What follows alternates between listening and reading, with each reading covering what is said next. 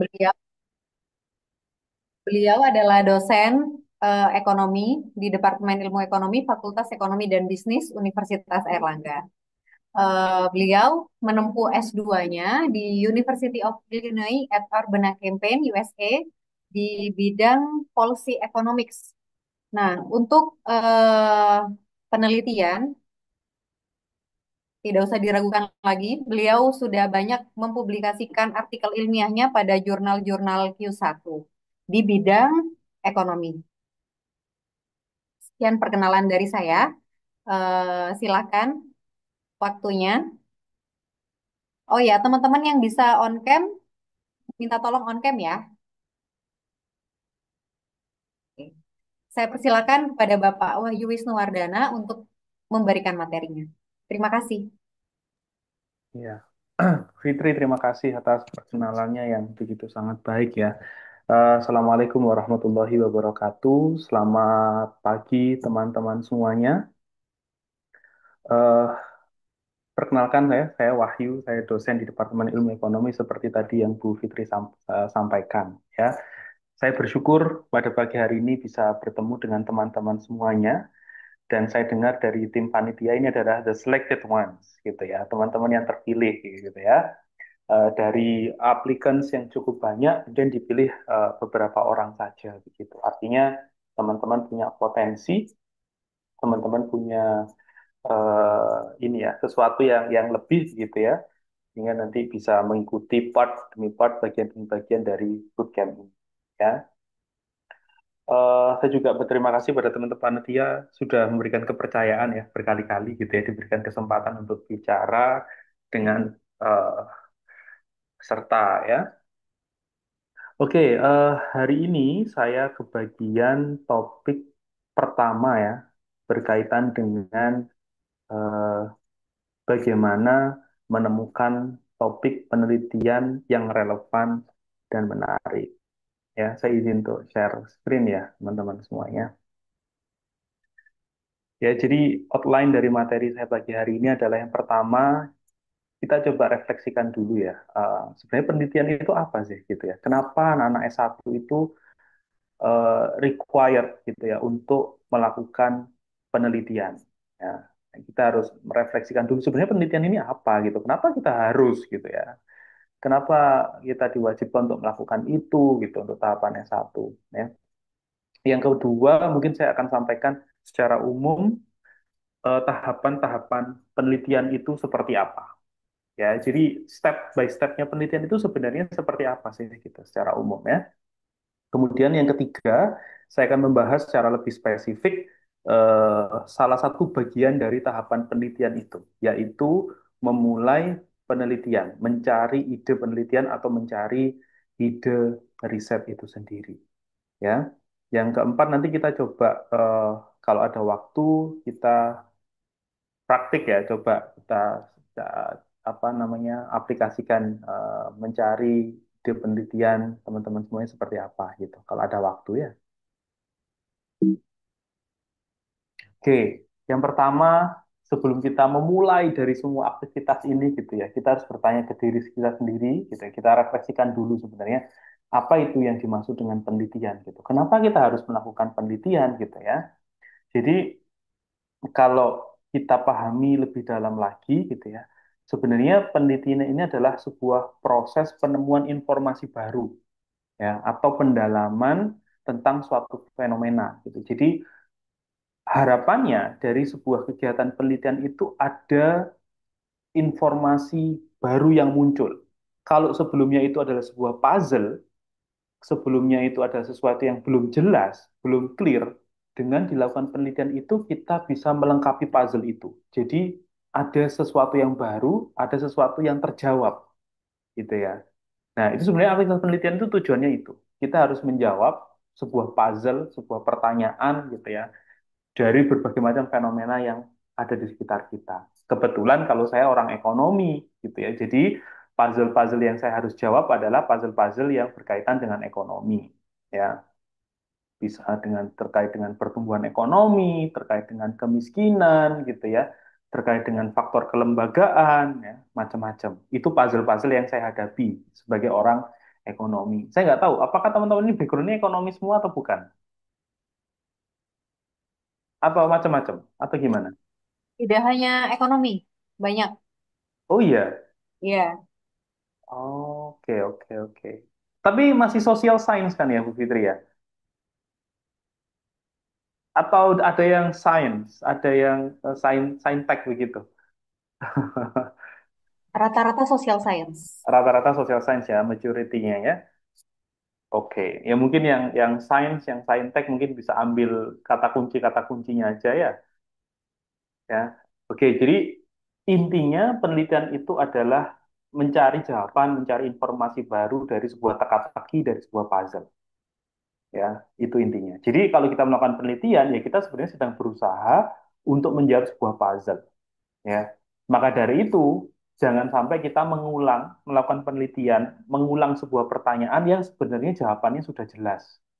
Ya, nanti buang-buang waktu, buang-buang energi gitu kan. Karena penelitian itu kan membutuhkan waktu dan energi yang cukup besar ya. Jadi pastikan gitu ya bahwa puzzle itu memang belum terjawab, puzzle itu belum jelas gitu ya. Karena kalau sudah jelas ngapain gitu kita kita teliti, ngapain kita cari tahu, wong puzzle-nya sudah clear kok, sudah terbentuk kok gitu ya. Jadi itu ya pertama yang teman-teman harus pastikan ya. Karena kegiatan penelitian itu berkaitan dengan pencarian informasi baru, pencarian jawaban baru ya. Nah, kemudian berikutnya eh, kalau kita sudah tahu, oh penelitian itu tentang mencari jawaban baru. Tahapan kedua yang perlu teman-teman pahami sekarang adalah bagaimana proses penelitian itu dijalankan ya. Step by stepnya seperti apa ya. Jadi dalam melakukan penelitian itu ada beberapa step, ada beberapa bagian yang harus teman-teman lampaui ya, satu demi satu begitu ya. Yang pertama, tahapan yang teman-teman harus lakukan adalah mencari ide penelitian yang relevan, punya aspek kebaruan atau berbeda lah bahasa sederhananya ya. Dan juga bisa dieksekusi, doable ya. Ide penelitiannya bagus, ya, relevan, kebaruannya sangat sangat tinggi gitu ya. Belum ada yang menjalankan, tapi tidak bisa dieksekusi, ya, tidak double gitu ya. Jangan ya. Jadi di tahapan pertama itu kita harus mencari ide penelitian yang bisa relevan, punya aspek kebaruan atau berbeda dengan yang sebelum-sebelumnya, dan juga bisa dieksekusi atau dilaksanakan. Ya, itu tahap pertama. Tahap kedua, kalau sudah punya ide gitu ya, saya mau tentang ini nih gitu ya, saya mau tentang topik A, topik B, topik C gitu ya.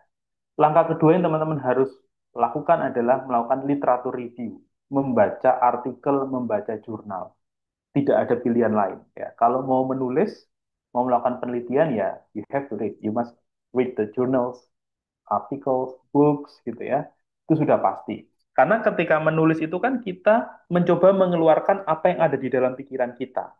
Bagaimana mungkin kita bisa mengeluarkan sesuatu dari pikiran kita kalau di dalam pikiran kita belum terisi, gitu ya. Jadi kalau ada orang sedang melakukan penelitian terus berkali-kali bilang, Pak, saya bingung, Pak, saya nggak ngerti ini. Berarti dia kurang baca, gitu ya. Saya kalau mahasiswa bimbingan saya, kalau skripsi gitu ya, kalau lagunya berkutat di situ terus, Pak bingung, Pak bingung, Pak bingung. Saya akan memberikan tugas pertama baca artikel jurnal, baca buku sebanyak-banyaknya dulu. Kalau setelah baca dan membaca, melihat buku, kalau Mas Bung baru bicara dengan saya gitu ya. Gitu ya. Jadi langkah kedua yang teman-teman harus lakukan adalah melakukan literatur review, membaca jurnal, artikel sebanyak-banyaknya. Kenapa, Pak? Karena ini adalah bagian dari membentuk gambaran atau puzzle-nya seperti apa. Ya, mencari yang belum terjawab itu di bagian mana. Itu ada di literatur review.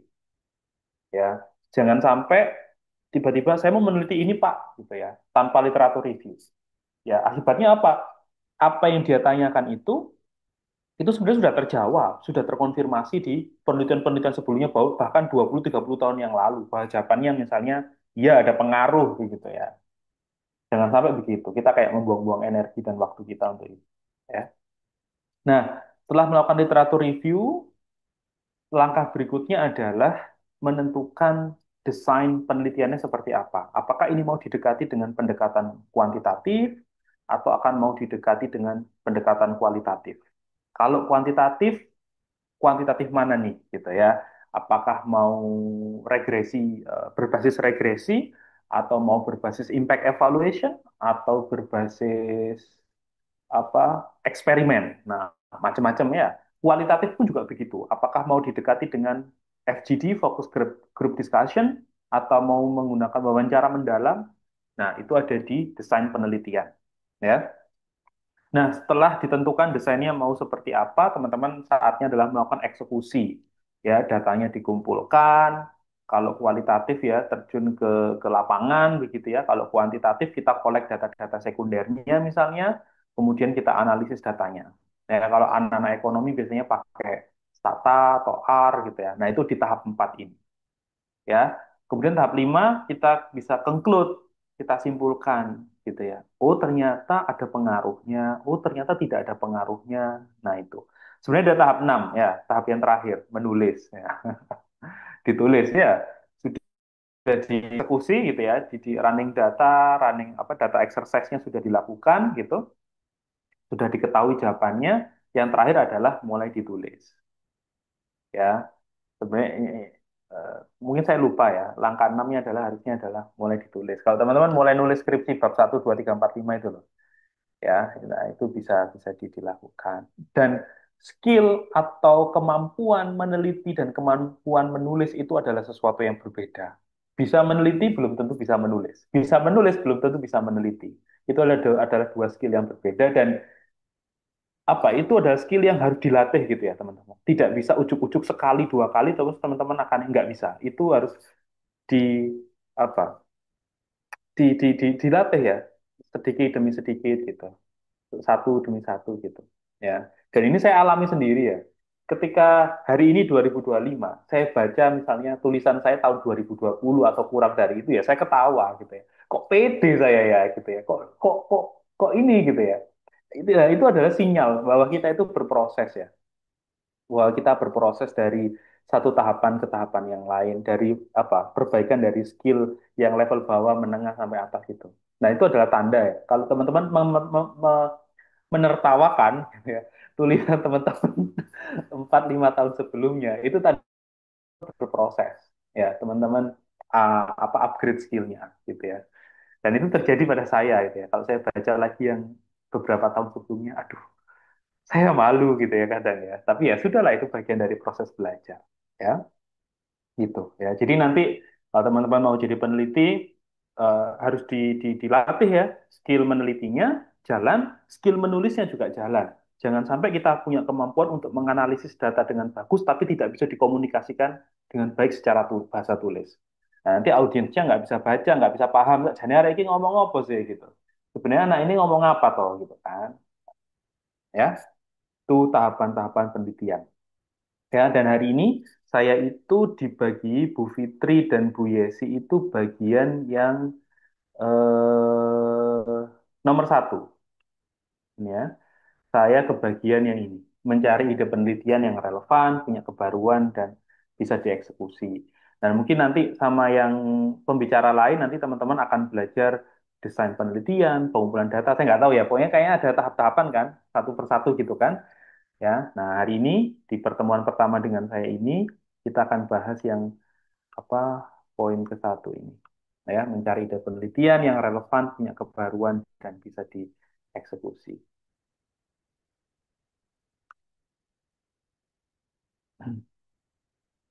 Oh, nggak bisa next ya, bentar.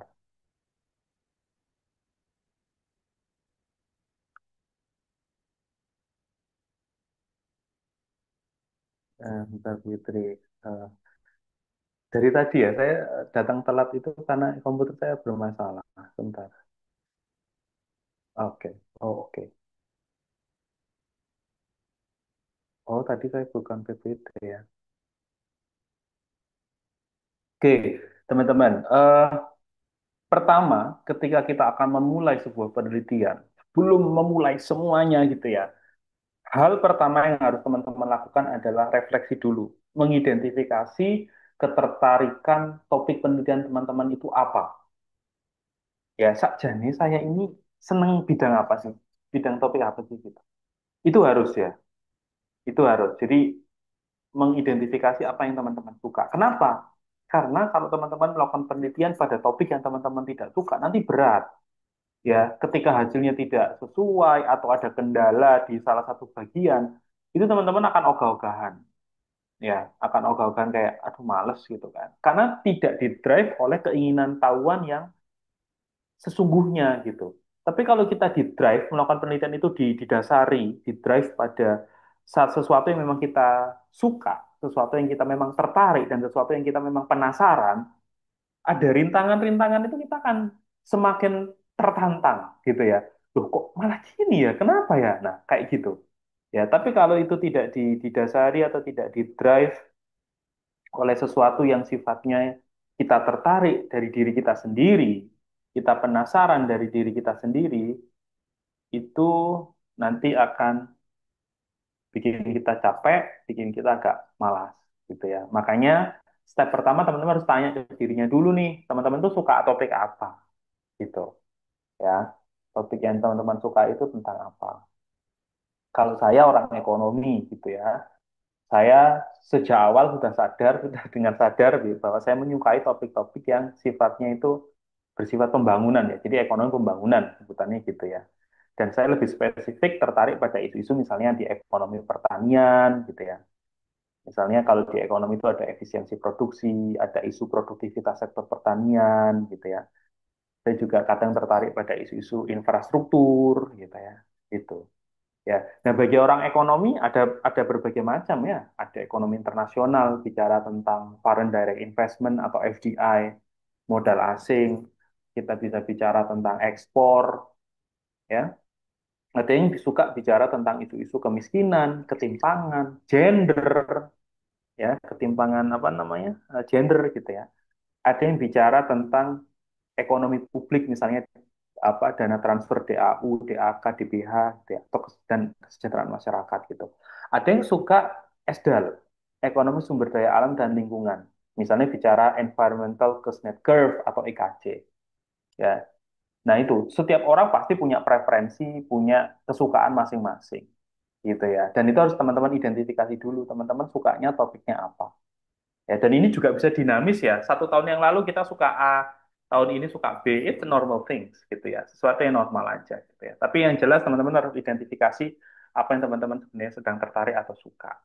Ya, kalau saya pribadi saat ini saya sedang suka di isu yang kelima. Bagi orang ekonomi saya sekarang sedang suka topik ekonomi sumber daya alam dan lingkungan, khususnya masalah ini, apa climate change, perubahan iklim, ya.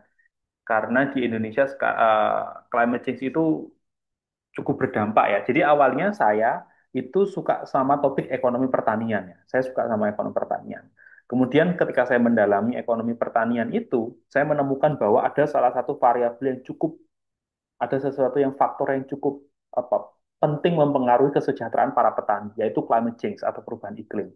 Perubahan pola waktu tanam, ada banjir, ada apa, nah itu sangat berpengaruh terhadap kesejahteraan petani.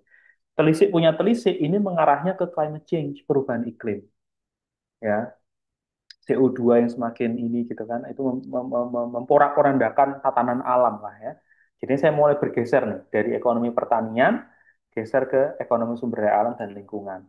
Dan secara spesifik saat ini saya sedang menyusun gitu ya proposal untuk disertasi S3 saya itu berkaitan dengan apa social forestry, hutan sosial ya sebagai bagian dari namanya R REDD plus gitu ya. Itu semacam kayak apa apa gerakan global untuk bisa mereduksi dampak perubahan iklim ya. Dan Indonesia salah satu yang menjadi apa major player lah di sektor itu ya.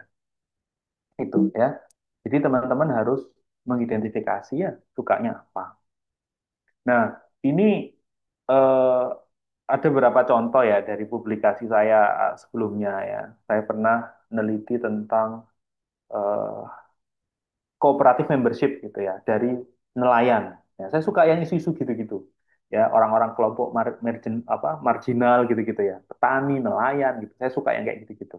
Ya. Nah, di paper ini saya mencoba meneliti gitu, apakah nelayan yang join koperasi itu dia bisa lebih sejahtera, artinya dia bisa punya pendapatan lebih tinggi, gitu ya. Atau sama aja, join koperasi atau nggak join koperasi nggak akan memberikan dampak apapun ke nelayan, gitu ya. Nah, di penelitian ini saya mengevaluasi itu, gitu ya. Apakah join koperasi itu bagi nelayan bisa memberikan manfaat ekonomi atau tidak, ya. Nah, ini contoh lain misalnya kalau mau bicara tentang ekonomi internasional, ada penelitian tentang dampak investasi asing, foreign direct investment terhadap eh, apa sustainable development-nya Cina, gitu ya. Ada juga misalnya eh, contoh isu kemiskinan multidimensi dan ketahanan pangan kalau mau bicara tentang isu kemiskinan, ya. Kalau di ekonomi publik ini ada topik tentang yang lagi in itu dana desa. Ya, dana desa kan cukup gede ya, cukup gede digelontorkan ke desa-desa gitu ya.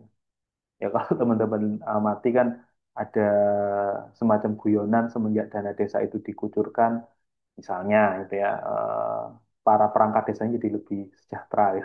Guyonan aja ya. Nah itu bisa dievaluasi misalnya, pengen cari tahu dengan adanya dana desa itu bisa meningkatkan kesejahteraan warga desa apa enggak ya? Itu salah satu contoh, ya. Nah, pertanyaan adalah topik apa yang sebenarnya teman-teman sekarang sukai saat ini? Gitu. Apa sih gitu? Saya boleh tahu nggak? Saya pengen dengar suaranya teman-teman juga ya. Boleh ada yang secara volunteer, secara sukarela mau ini? Oke, silakan teman-teman. Ini kesempatan yang baik sekali ya. Jadi kalau misalkan teman-teman ada yang ditanyakan atau mau di-share, silakan ya. Iya, iya, iya, iya, betul gitu.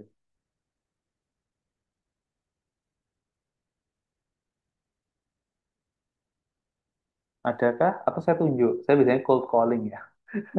Kalau sama mahasiswa saya tunjuk. Sylvia Ardana. Sylvia Ardana. Oh iya. Mbak Sylvia kalau pembangunan, ada nggak topik spesifik yang Mbak Sylvia sukai ini? Ada bisa on mic, Mbak Sylvia, adakah? Izin on mic, Pak. Oh iya, silakan ya ya. Oke. Saya me- meneliti tentang tingkat pengangguran terbuka. Hmm. Oh berarti tentang pengangguran ya? Iya, Pak. Dianalisis dengan apa? Menggunakan model data panel. Oke, maksud saya pengangguran ini dihubungkan dengan apa? Misalnya apakah dengan Oh, tingkat kesejahteraan atau apa? iya, dengan investasi, kemudian tingkat pendidikan, upah, Oke. sama pertumbuhan ekonomi. Hmm, oke oke, I see. Oke oke. Jadi ini fokus sentralnya, fokus utamanya ada di pengangguran terbukanya ya, tingkat pengangguran terbuka. Iya, Pak. Oke, tingkat pengangguran terbuka. Oke, bisa nanti starting point-nya dari sana ya. Oke, selain Mbak Sylvia ada lagi yang lain? UNER juga ya Mbak Sylvia ya? Bukan? Atau Iya, oh ya. UNER, Pak. Oh, oke. Bimbingannya siapakah? Prof. Mur. Oh, Prof. Murian. Oke. Yang lain, teman-teman adakah yang mau sharing?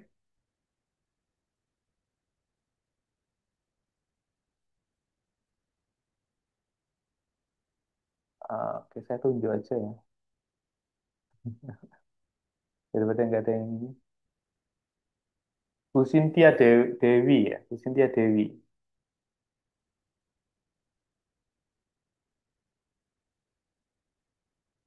Bu Cynthia topiknya tertarik topik apa, Bu?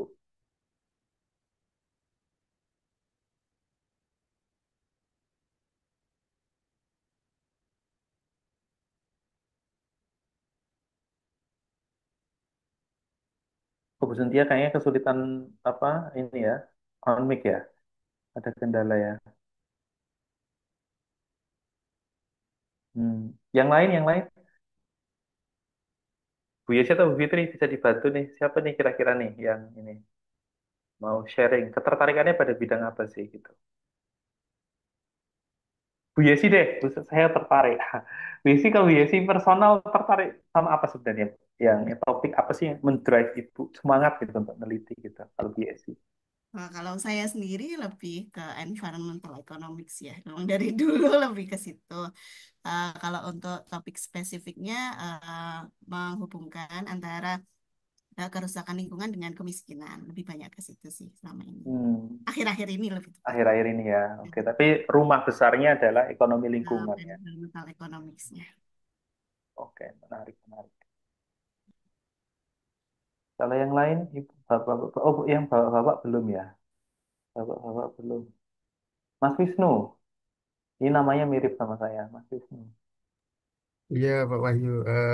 Kebetulan karena saya itu juga dari ekonomi, saat ini lagi suka ekonomi regional dan industri.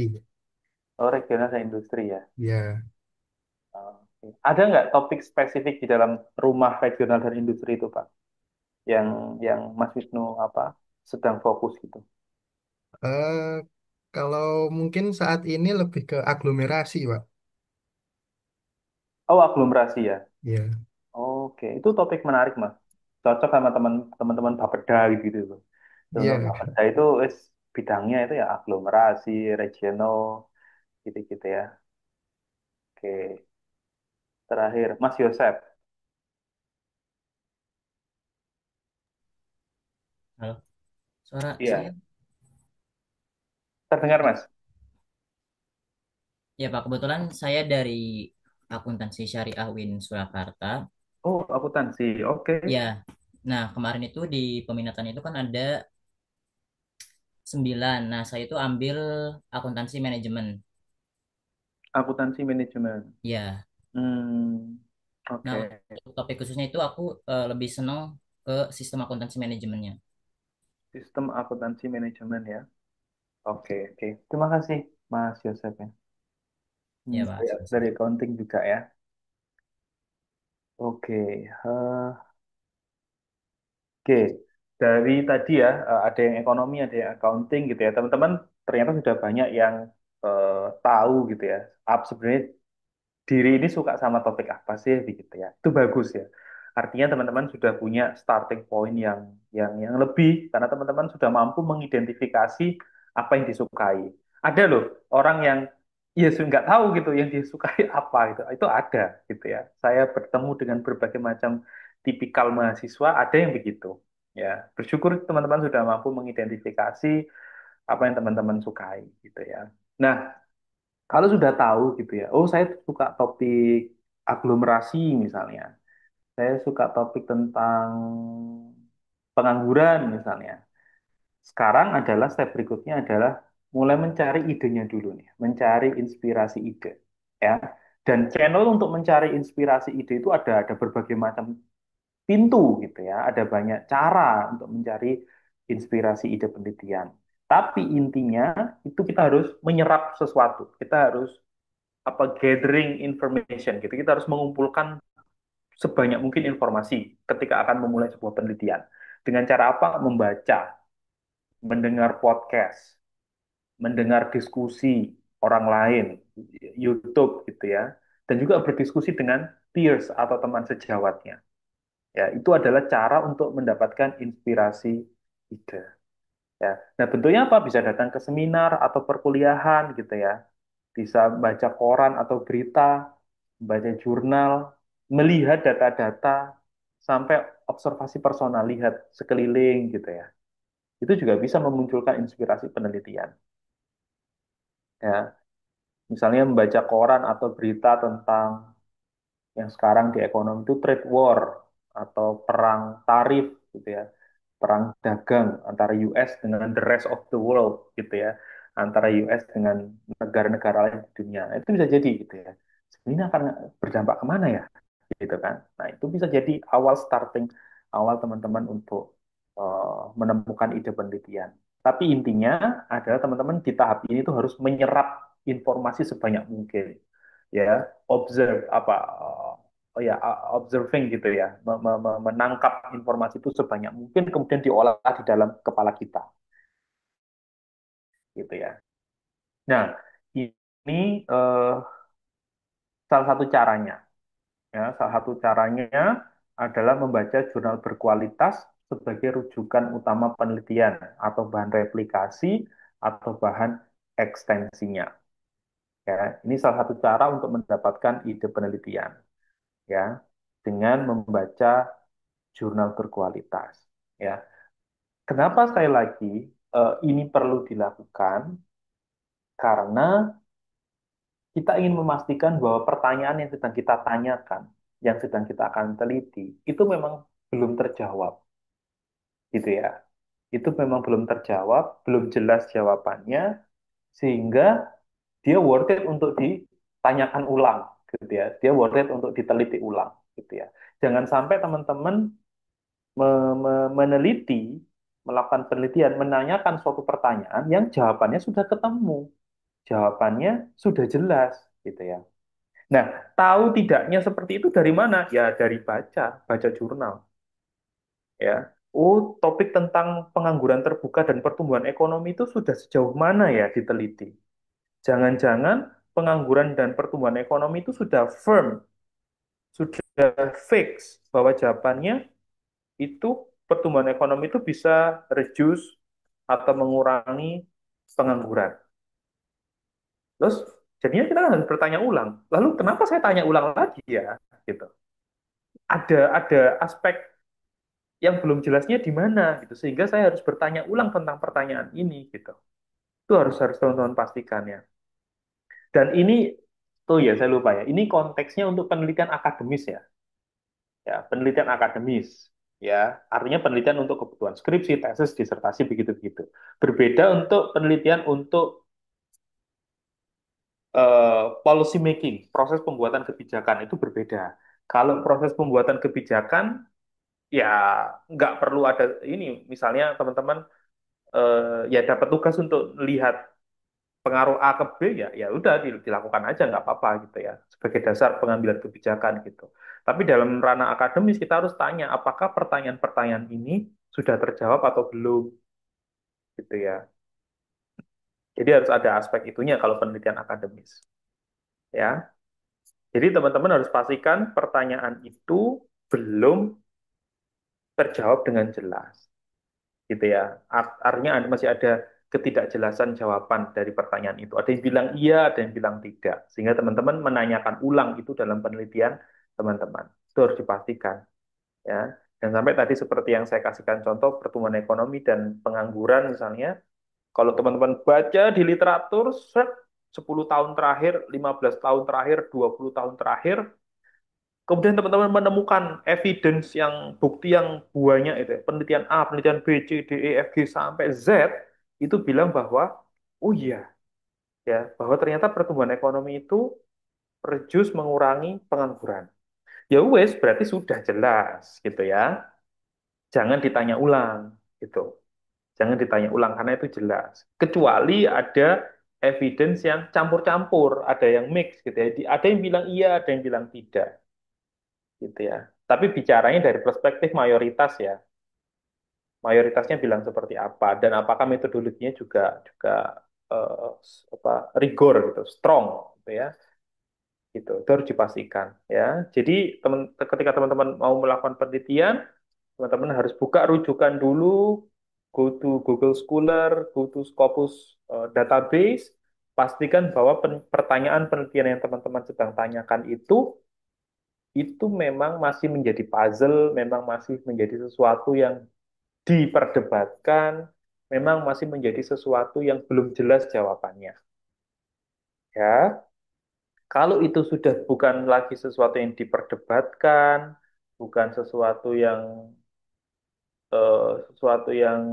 sudah jelas, ya jangan gitu ya. Nanti buang-buang waktu dan energi kita. Ya. Nah, caranya kalau saya orangnya tipikalnya tradisional ya, saya akan go to Google Scholar gitu ya.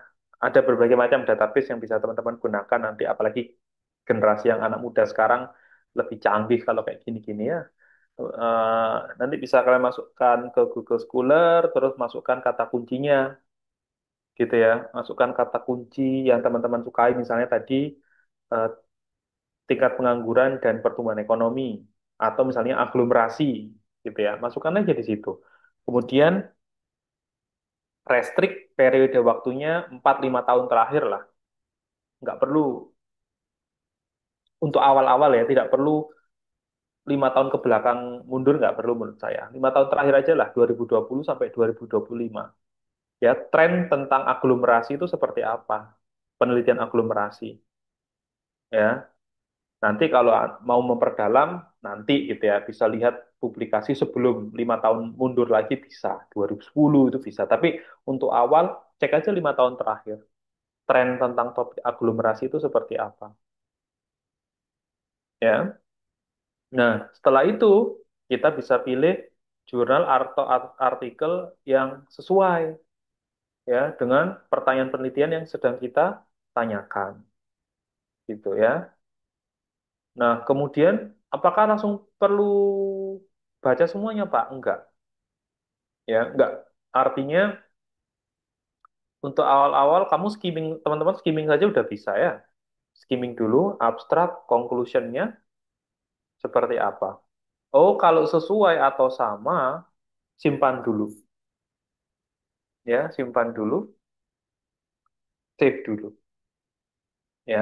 Nah, ini saran saya ketika akan memilih jurnal-jurnal sebagai dasar penelitian, itu pastikan kualitas jurnalnya bagus ya.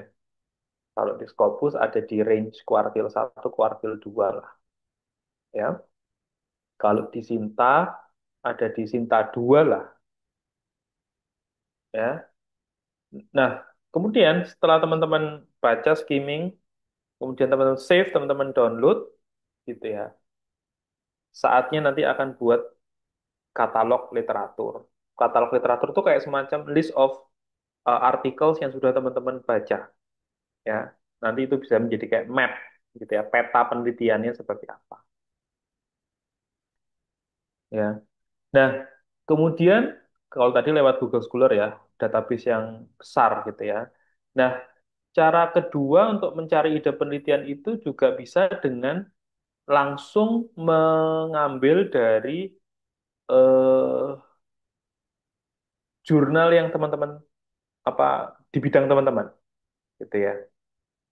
Jadi kalau misalnya, jadi nggak perlu ke Google Scholar ya, tapi ke jurnal yang memang spesifik itu jadi rumah untuk topik teman-teman semuanya, gitu ya.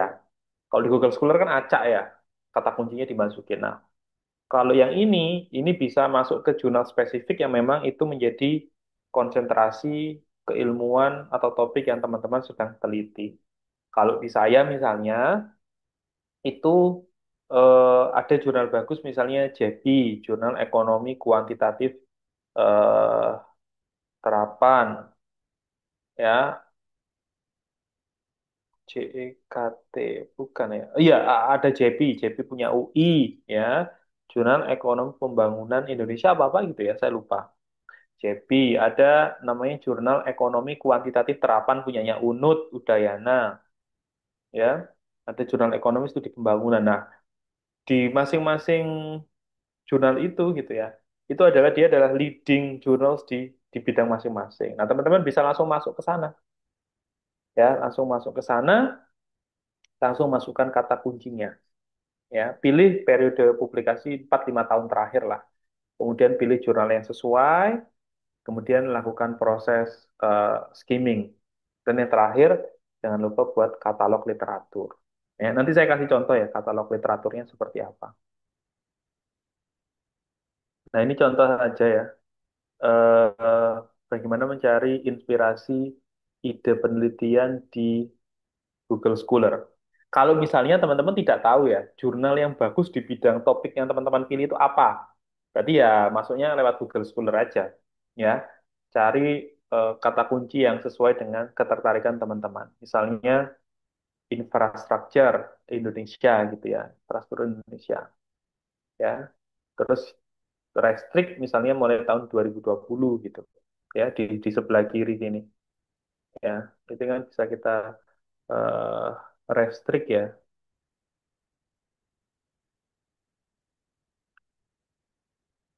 nggak bisa ya. Ya, nah di sini ya,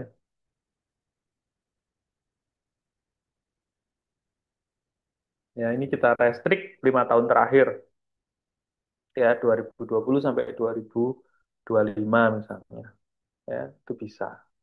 Ya, nah kemudian kita bisa pilih apa? Klik satu-satu nih dari setiap judul ini, kemudian baca abstrak, baca conclusionnya. Kalau sesuai baru save di folder khusus yang teman-teman siapkan untuk penelitian itu, gitu ya. Jadi ada manajemen manajemen apa folder gitu juga ya. Itu juga penting ya. Jadi teman-teman harus menyiapkan satu folder penelitian topik A gitu ya, di mana nanti terdiri dari literatur review, metodologi, writingnya itu juga penting ya, biar nggak acak-adut gitu. Karena kalau acak-adut nanti bingung. Ya, ini kemarin artikel yang mana gitu kan? Nah, itu harus ditata juga. Kalau teman-teman mau skripsi, buat folder skripsi, buat folder literatur review gitu ya di dalam folder skripsi itu. Nah, kemudian artikel-artikel yang relate dengan topik teman-teman itu simpan di sana gitu ya. Setelah teman-teman skimming, baca abstrak, baca conclusion-nya, di save masuk ke sana, masukin ke sana, ya.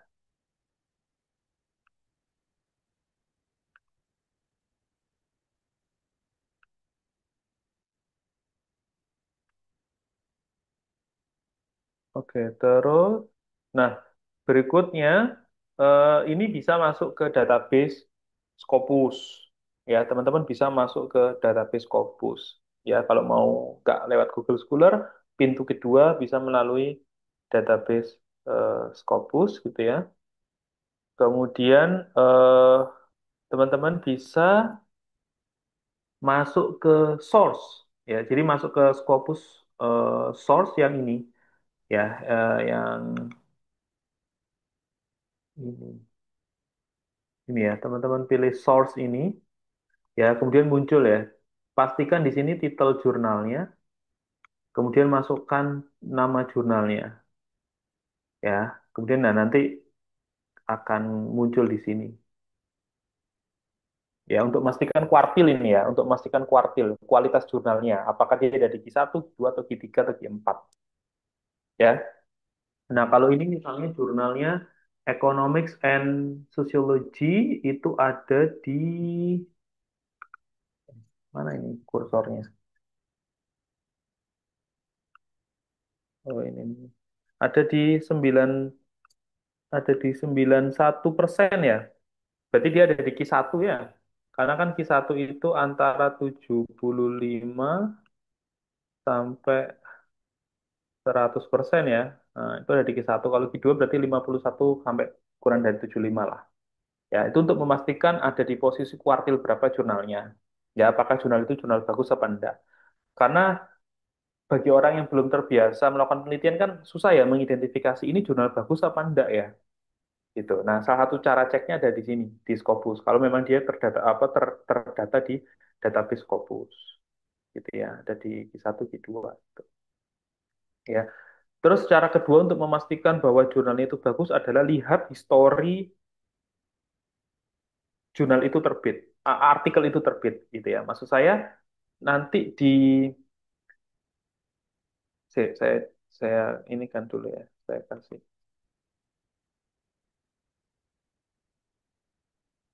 Kita bisa memastikan bahwa artikel itu memiliki kualitas yang bagus, salah satunya dari histori bagaimana dia publish.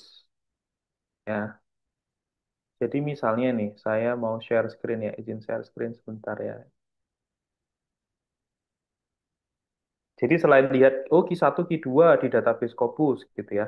Cara lain untuk mengetahui apakah jurnal itu bagus apa tidak adalah lihat historinya artikel itu bisa publish. Misalnya, sebentar,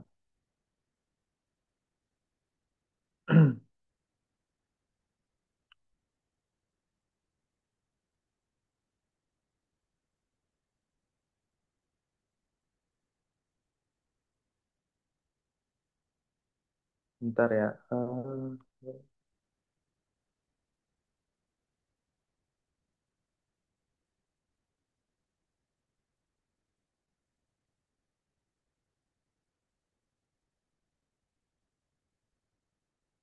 Ini adalah salah satu cara untuk tahu ya, tahu histori artikel itu. Ya, tahu jurnal itu bagus apa enggak, gitu ya. Lihat artikel historinya teman-teman. Ya, ketika teman-teman menemukan artikel gitu ya, untuk ngecek ini artikel bagus apa enggak, salah satunya adalah cek artikel historinya, ya. Artikel histori. Nah, di sini tertulis diterima 1 Februari 2022, ya. Kemudian dia diterima 19 Mei 2023. Jadi ada periode waktu 1 tahun setengah berarti. Artikel ini direview selama 1 tahun setengah. Bayangkan, direview dalam proses 1 tahun setengah. Berarti proses artikel ini dikoreksi sama reviewer itu berkali-kali, ya, berkali-kali. Sehingga dengan itu ini menjadi indikasi dia direview dengan cukup rigor, dengan cukup apa ketat gitu ya, sehingga ini menjadi indikasi bahwa jurnalnya bagus gitu ya.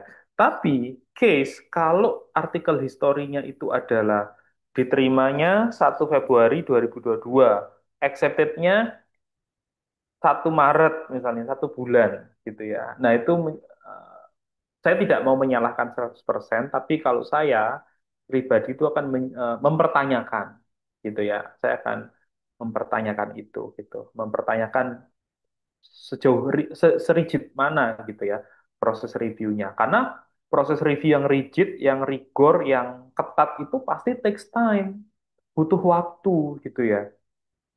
Dan itu menjadi indikasi bahwa artikelnya itu memang direview dengan sangat serius gitu ya. Tapi kalau artikel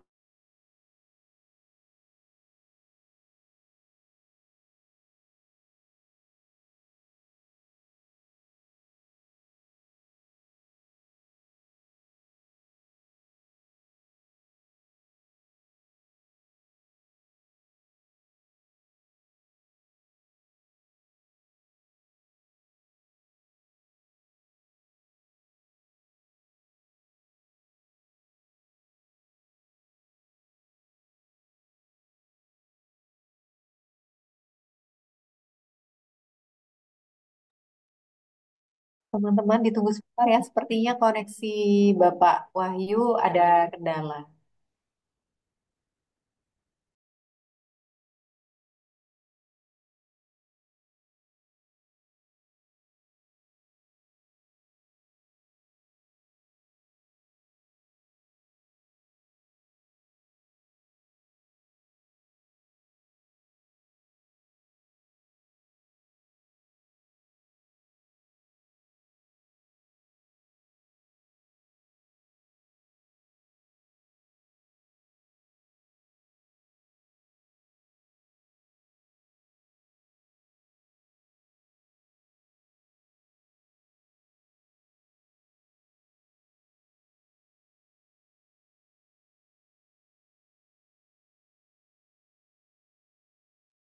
saya terlempar ya. Maaf ya, internetnya tiba-tiba drop. Padahal itu di kampus loh. Saya sampai mana tadi, Bu Fitri? Artikel history. Artikel history ya. Oke, Artikel history yang kurang baik. Oke, artikel history yang kurang baik ya. Jadi kalau dia direview dalam proses waktu yang cukup singkat, gitu ya, teman-teman patut mempertanyakan, ya, karena zaman internet seperti ini, itu publikasi itu ada ratusan ribu, teman-teman. Ya, ada yang benar melalui proses yang benar, ada yang melalui proses yang acak-adut gitu ya. Dan itu kita nggak bisa ini. Jadi cara yang bijak adalah bagaimana kita dari diri kita bisa membekali diri sendiri untuk mengidentifikasi mana yang bagus, mana yang bukan sebagai sebuah rujukan. Ya, karena zaman akses internet seperti ini, wah, arus informasi begitu luar biasa. Ya, jadi kita harus pintar-pintar pilih gitu ya. Kita harus pintar-pintar untuk select itu. Nah, salah satu caranya adalah lewat database Scopus atau lewat artikel historinya tadi. Ya. Nah, ini cara kedua tadi yang saya sempat sampaikan. Selain ke Google Scholar, teman-teman juga bisa eh, mencari topik penelitian di halaman jurnalnya secara langsung. Kalau di bidang ekonomi pembangunan itu ada satu jurnal yang menurut saya cukup lumayan gitu ya. Itu jurnalnya punyanya ilmu ekonominya UI, ya, JP namanya Jurnal Ekonomi dan Pembangunan Indonesia. Ya, nah teman-teman bisa masuk ke sini nih, eh, masuk ke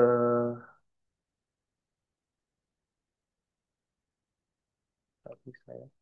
Masuk ke ini search-nya, menu search-nya, kemudian typing aja topik yang teman-teman sukai, misalnya infrastruktur, gitu ya. Nanti akan ketemu nih, perjalanan penelitian dengan topik infrastruktur itu sudah sampai sejauh ini, gitu ya.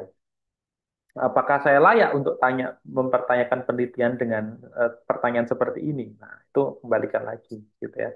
Dan itu bisa diketahui kalau teman-teman sudah membaca. Kalau teman-teman belum membaca dengan cukup komprehensif, teman-teman nggak akan punya gambaran itu, ya, akan kesusahan. Nah, setelah membaca artikel tadi lewat skimming, oh ini cocok masukin ke folder, oh ini cocok masukin ke folder gitu ya. Nah, saatnya bikin atau membuat katalog literatur, ya. Nah, katalog katalog literatur ini berfungsi untuk menginventaris gitu ya, membuat list artikel yang sudah kita baca secara lebih terstruktur, ya. Nah, kalau saya ini akan buat katalog seperti ini, ya. Boleh dirubah-rubah seperti apa terserah, yang penting membantu teman-teman dalam mapping perjalanan penelitian pada bidang itu atau topik itu, ya. Kalau saya misalnya, saya akan berikan nama penulis, nama jurnalnya, gitu ya. Kemudian judul artikelnya, pertanyaan penelitian di dalam artikel itu tentang apa, gitu ya. Metodenya apa, sumber data apa, temuan apa, gitu ya. Misalnya Nugraha di Economics and Sociology, judulnya The Role of Infrastructure in Economic Growth and Income Inequality in Indonesia.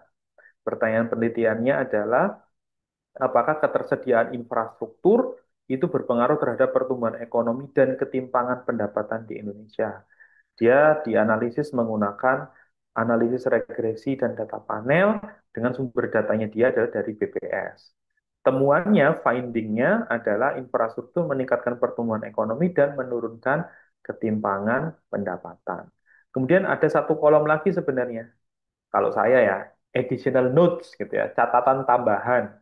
Ketika saya baca jurnal itu ternyata saya nemu teori yang bagus gitu ya, teori yang clear, dijelaskan dengan clear. Saya akan di additional note itu akan saya bikin di jurnal ini ada teori yang dijelaskan dengan sangat bagus gitu. Ya, kemudian apa, line berikutnya, baris berikutnya, artikel kedua, siapa penulisnya, gitu ya, pertanyaan penelitiannya apa, metodenya apa, sumber datanya apa, temuannya gimana. Kemudian ada note lain mungkin, metodenya bagus, misalnya. Ya, berarti ada temuan-temuan khusus gitu ya, itu akan saya taruh di additional notes, ya. Nah, ini pembuatan katalog ini itu akan membantu teman-teman untuk punya gambaran atau mapping topik penelitian dengan ya, ide penelitian dengan topik infrastruktur itu sudah berkembang sejauh mana, gitu ya. Itu dengan melihat katalog ini teman-teman bisa punya sense sudah sejauh mana gitu ya analisis tentang infrastruktur, gitu ya. Itu, ya. Nah, eh ada alternatif lain ya. Mungkin anak-anak muda lebih suka yang kayak gini ya. Pakai AI, ya, pakai AI. Eh saya sempat coba, saya testing ya. Saya membuat katalog literatur secara manual seperti ini dengan saya menggunakan ChatGPT yang apa, premium, dengan menggunakan fitur deep search, ya, pencarian mendalam, ya, deep search pakai ChatGPT premium. Kemudian saya cek ya, hasil katalog literatur yang saya lakukan dengan yang dilakukan oleh si AI ChatGPT ini. Ya, ya, menurut saya sebagus-bagusnya teknologi gitu ya. Dia pasti menurut saya ada drawbacks-nya ya. Ada beberapa part yang menurut saya tidak bisa di-capture dengan menggunakan katalog literatur secara manual. Ya mungkin hasilnya secara umum sama ya, bilangnya sama. Misalnya gini, Saya dari katalog literatur ini, saya menemukan bahwa eh, penelitian yang melihat pengaruh infrastruktur ke kemiskinan itu jarang, belum ada dalam konteks Indonesia misalnya. Saya tanya ke ChatGPT, jawabannya juga begitu. Penelitian tentang pengaruh infrastruktur terhadap kemiskinan masih jarang dilakukan dengan hasil yang sama sebenarnya hasilnya. Tapi menurut saya, yang membedakan saya ketika saya membuat katalog literatur secara ini, itu saya kan membaca artikel secara keseluruhan oleh diri saya sendiri ya. Itu saat proses itu saya sedang memperkaya isi kepala saya. Ya, saya sedang apa istilahnya kayak masuk ya mencari informasi di setiap artikel-artikel itu sehingga informasi-informasi yang detail itu bisa saya tangkap. Nah, itu yang tidak bisa diperoleh di ChatGPT yang deep search itu. Ya, meskipun dia memberikan gambaran umum yang hampir mirip dengan yang saya lakukan secara manual, tapi dia tidak bisa memberikan informasi-informasi penting yang details ya, yang dari artikel-artikel yang dia review itu sendiri. Gitu ya. Jadi menurut saya tetap berbeda. Tapi saya akan gunakan ChatGPT untuk memastikan aja sih katalog literatur yang saya bikin secara manual ini memang apa inline dengan apa yang dikatakan oleh AI. Jadi pelengkap aja, komplementer gitu. Ya itu kalau saya. Tapi personally, saya dengan asisten-asisten saya kalau bekerja menggunakan yang manual seperti ini gitu. Karena dengan membaca secara manual, itu kita sedang melatih diri kita. Sedang melatih otak kita untuk bekerja. Dibandingkan hanya typing di ChatGPT, eh, cari ya gap penelitian topik A terhadap B gitu ya, deep search gitu ya. Itu beda ya. Menurut saya beda. Dan ini sedikit cerita aja ya. Dan ngaruhnya ini ke banyak hal ya teman-teman. Ngaruhnya ke banyak hal. Ketika saya secara tidak sadar membuat katalog literatur, membaca secara manual satu artikel dengan artikel yang lain gitu. Itu ternyata berpengaruh terhadap reading skill saya. Reading skill saya. Jadi skill teknis membaca saya itu improve a lot gitu. Karena saya terbiasa membaca artikel itu secara manual. Jadi ketika saya ngambil tes bahasa Inggris, seperti IELTS atau ITP gitu ya, reading skill saya tanpa perlu dilatih lagi, ya jadi kayak gampang gitu. Kayak ya sudah baca artikelnya tak tak tak tak tak tak gitu aja.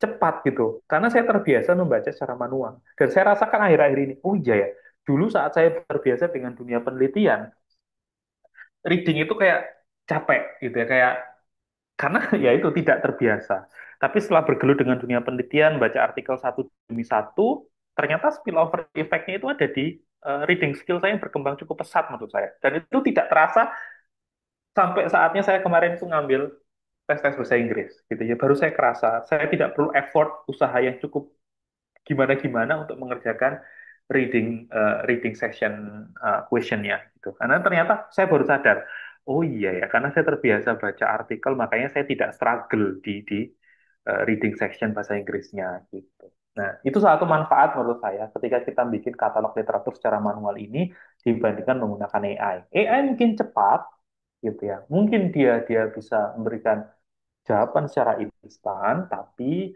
ada drawbacks-nya tadi. Dia tidak bisa memberikan informasi detail dan dia menurut saya tidak bisa membantu kita untuk exercise, melatih skill-skill teknis seperti membaca, gitu ya. Dan itu padahal menurut saya itu butuh latihannya.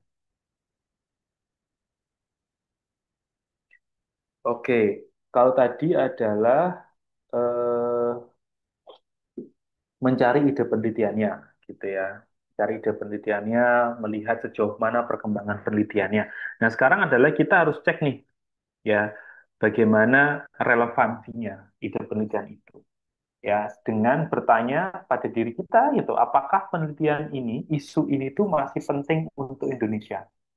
Apakah, misalnya kalau di dalam kasus saya, tentang topik infrastruktur, apakah isu infrastruktur ini masih relevan gitu? Iya nggak ya, isu infrastruktur ini masih penting nggak ya diteliti? Oh iya gitu ya, kenapa gitu ya, karena misalnya argumentasinya dia relevan karena expenditure pengeluaran pemerintah untuk infrastruktur itu masih gede, proporsinya naik terus gitu ya, makanya kita harus tanya nih sebenarnya pengeluaran untuk infrastruktur ini bermanfaat nggak ya untuk masyarakat, untuk kesejahteraan. Nah, itu jadi relevan gitu kan. Nah, teman-teman harus punya justifikasi itu gitu ya. Ketika mencari ide penelitian, ketemu, tahu perjalanan penelitiannya seperti apa, kemudian tanya deh, apakah penelitian ini relevan untuk dilakukan? Masih relevan gitu ya. Nah, kemudian berikutnya adalah apakah penelitian ini selain relevan, dia juga ada aspek kebaruan. Khususnya ini untuk penelitian akademis ya. Apakah ada aspek kebaruan? Ya, kebaruan itu adalah semacam pembeda ya. Apa yang membedakan penelitian kita dengan yang sebelum-sebelumnya? Apakah dari sisi data misalnya? Apakah dari sisi metodologi misalnya?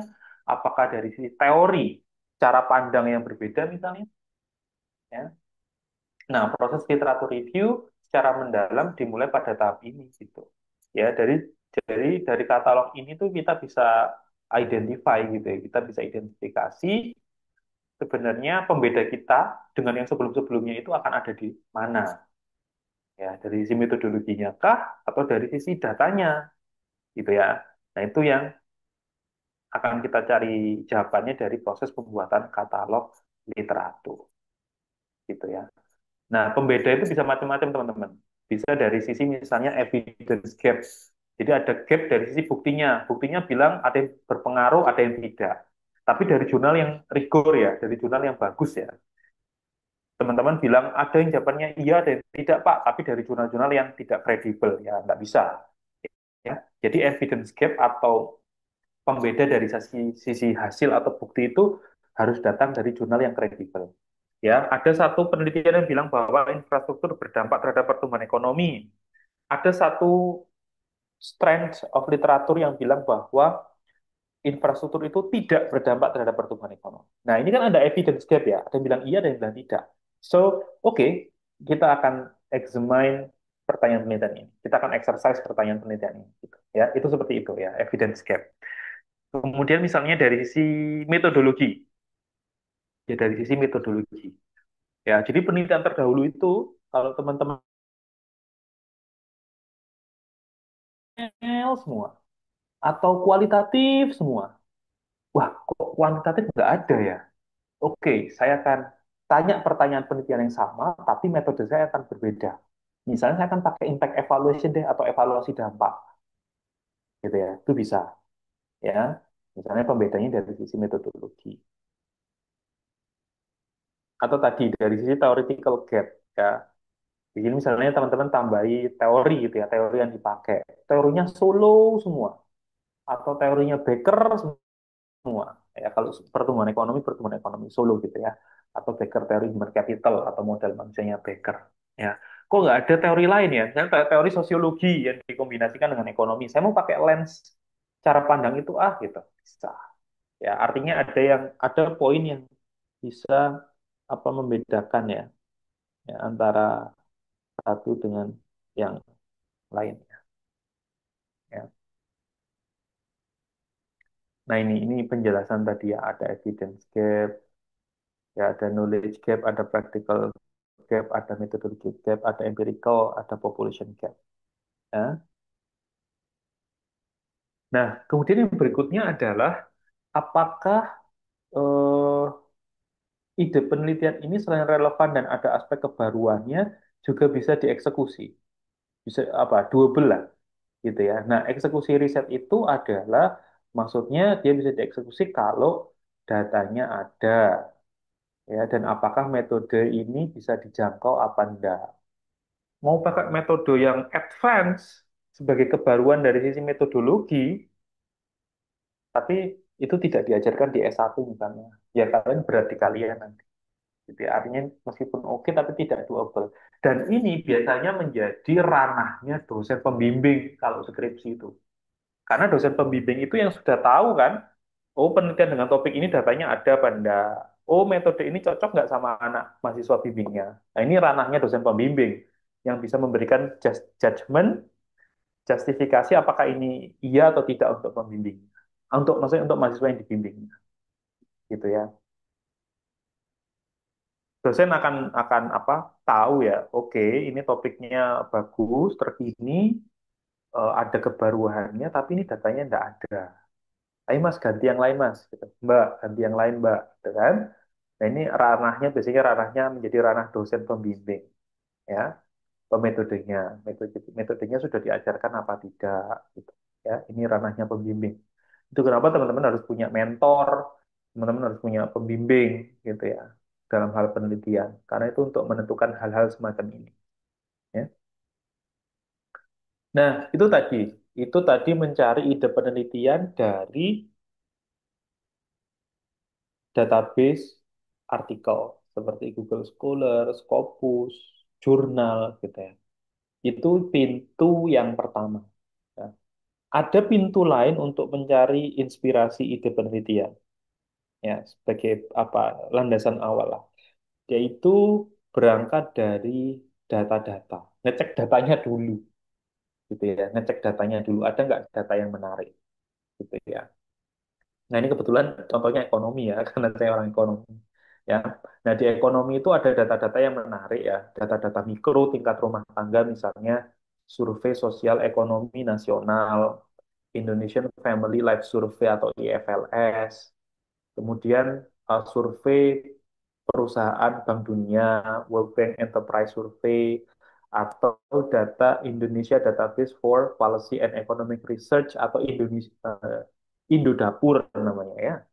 Nah itu teman-teman bisa langsung ke sana, ke data-data tadi, ya, ke data-data tadi, kemudian ngecek ada nggak data yang menarik yang kira-kira kalau diteliti itu bagus gitu, atau menarik gitu ya. Nah itu juga bisa, ya.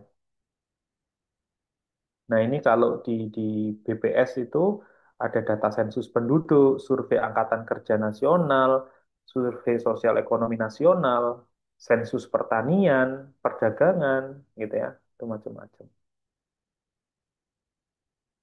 Nah, saya mau kasih contoh, misalnya kita berangkat dari data, ya. Saya akan coba buka Silastik dulu. Misalnya kita mau mencari ide penelitian dari data, ya. Saya akan masuk ke Silastiknya BPS.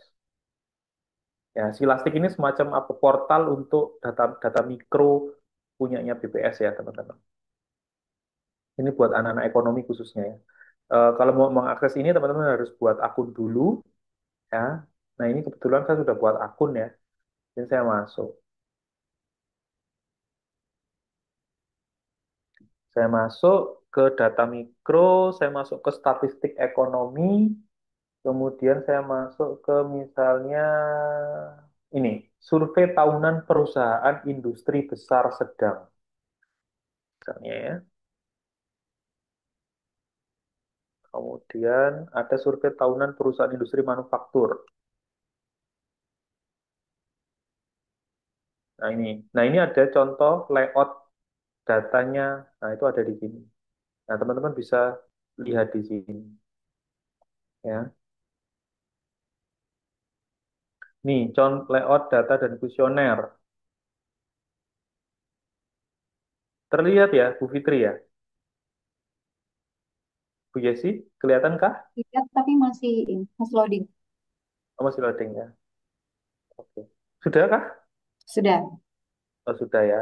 Nah, ini misalnya ini ada kuesioner data mikro punya BPS. Nah, teman-teman bisa mencari ide penelitian dari sini juga, gitu ya. Misalnya kita baca nih, data ini tuh tentang apa, gitu ya. Oh, tentang perusahaan, ya. Di sini ada produknya apa, ya. Apakah industri pakaian, makanan, atau apa, atau apa meja kayu dan sebagainya. Ya, ini gitu ya. Kita cek, baca satu-satu. Memang begitu proses penelitian ya. Tidak ada yang sesuatu sifatnya instan dalam penelitian. Tidak ada. It takes time. Itu butuh kesabaran. Ya. Nah, kemudian baca perlahan-perlahan gitu ya. Ada nggak kira-kira gitu ya yang teman-teman tuh langsung wah menarik nih gitu ya. Nah, ini misalnya,